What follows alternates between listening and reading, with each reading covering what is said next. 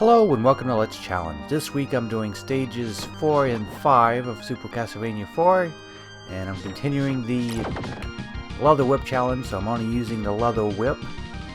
And I'm doing stages 4 and 5 because stages 5 is actually really short, so I thought I'd do both today. And I guess here at the beginning I would talk about the challenge itself for a moment, the kind of origin of the challenge, at least as I've heard it. Well, basically the story goes that whoever first started up this challenge was inspired by the actual credits for Super Castlevania 4, because if you've ever seen the credits for Super Castlevania 4, you might notice that Simon only uses the leather whip. So, at least from what I've heard, that's where this inspiration, I guess, for this challenge originated from, is just someone seeing in the credits that he only uses leather whip. I guess they decided, I'd like to try that too, only using the leather whip. And that's just what I've heard. I don't know who came up with the idea or anything. That's the story I heard.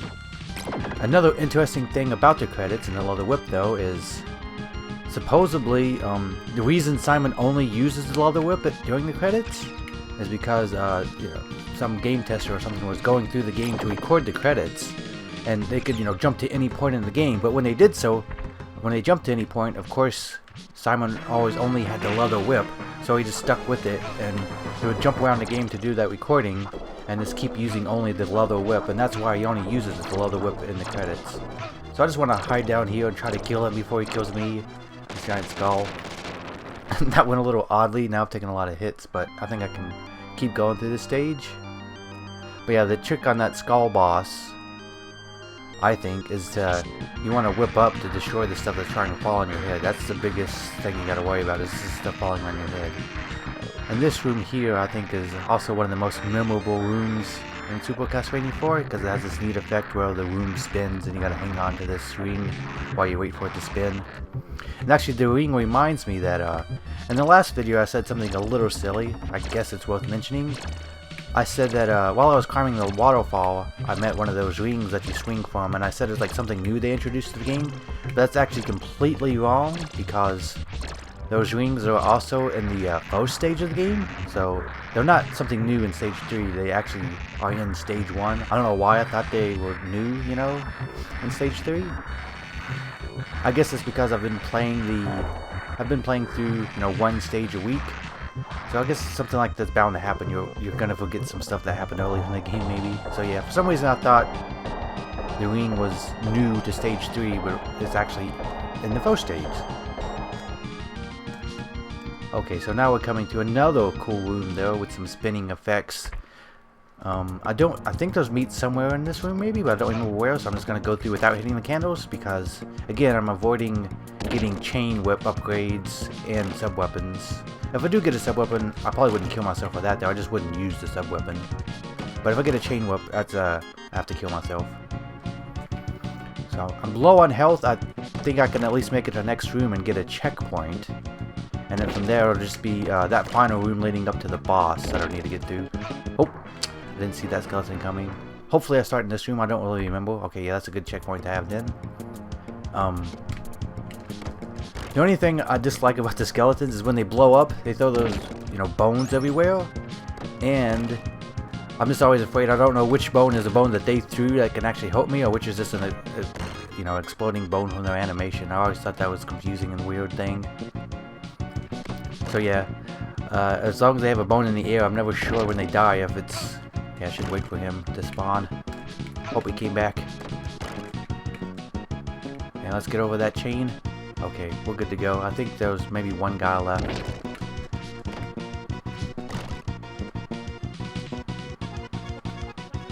Is this the end? This should be the end. Yeah. Okay. And actually in here we come to the first bat in this level. I've been pointing out the first bat in all the levels, because I want to see if there actually is a bat in every level or not, because I said that before. And yeah, I guess this is one of the coolest levels. I think it's a little weird compared to a lot of other levels. Like, I'm not sure where I am right now, like what's supposed to be going on. There's like this weird green stuff in the background. I guess I'm climbing a tower, but it looks like some weird mountain valleys and stuff are in the background. This is one of the stranger rooms, I think, or what levels as far as Like, where am I supposed to be? What's going on here? I don't know. Like, according to the world map, it looks like you're climbing a tower. And you do have all these windows, so it kind of makes sense, but it's still a little weird. Okay, that's not a... I'm looking for some meat. I thought there might be meat there, I couldn't remember. So I guess the meat is actually at the very top, the last candle in this area, I think. Either this one or the one above me. Okay, there's some meat. Because I'm coming up to the boss, and the bosses are the hardest thing in this challenge. But this is another boss I think if I just take my time and kind of play defensively, it shouldn't be a problem. And this is a cool one because he slowly shrinks as you kill him. There's a cool effect there. So I'm mostly going to hang back on this side of the screen and avoid the blocks as they fall from the ceiling, because he shouldn't run into me as long as I stay on one side or the other. He just goes back and forth, left and right. He doesn't go all the way to the left or right there. You have a small gap on the edge that you can hide out on. As long as he doesn't throw a block directly to your face like he did before, you should be fine on the sides. And actually, when I do use sub-weapons, this is one of the guys I kind of like to use the axe on, because you can just hit him while he's jumping easily. The cross is probably still better if you're trying to beat him as fast as possible or something, but I still just like the axe because you can get some hits in while he's jumping. Now he's getting really small. And the bosses always seem, on their last tick of health, they take more hits than you would think. Like it's their last rally, I guess. Okay, so that guy's down. We're gonna move straight on to stage 5. It's so short there wasn't even a boss in stage 5. It's just a cool introduction to actually entering the castle.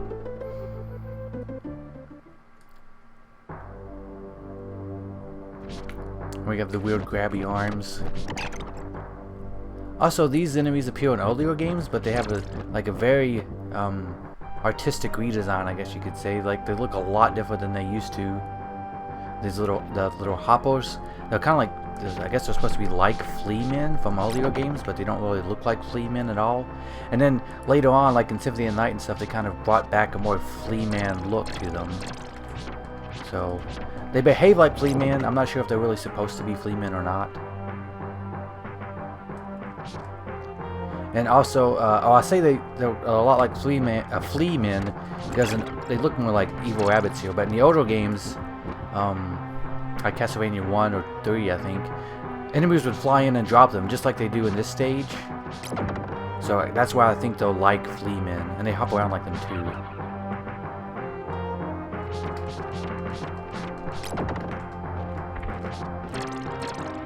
Okay, that was, I'm not sure if I can jump all the way over him. I think I'll just fall down now. Okay, we're good to go. And the only threat, I think, of this stage is the time. You have a very short time limit compared to most other stages. This is one of the very few stages where the time actually is a threat at all, I think. Although it's hard to tell sometimes, because when you die, the timer like goes all the way back to, you know, its maximum starting time. So other levels, I guess if you die in them, you get all your time back, and you never notice if time was a threat or not, unless you beat the whole level without dying.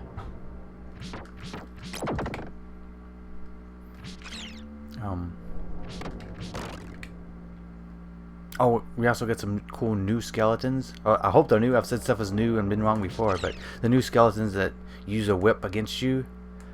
But there aren't many of those. That might be the only one we see for a long time. The whip using skeletons are pretty rare in this game. And there we go. We're finally in the castle. So we got 4 stages before we get to the clock tower. Then from the clock tower we get to go all the way to Dracula. And the clock tower is when I'm thinking the challenge is gonna get really hard. Okay, until next time, thanks for watching. Bye.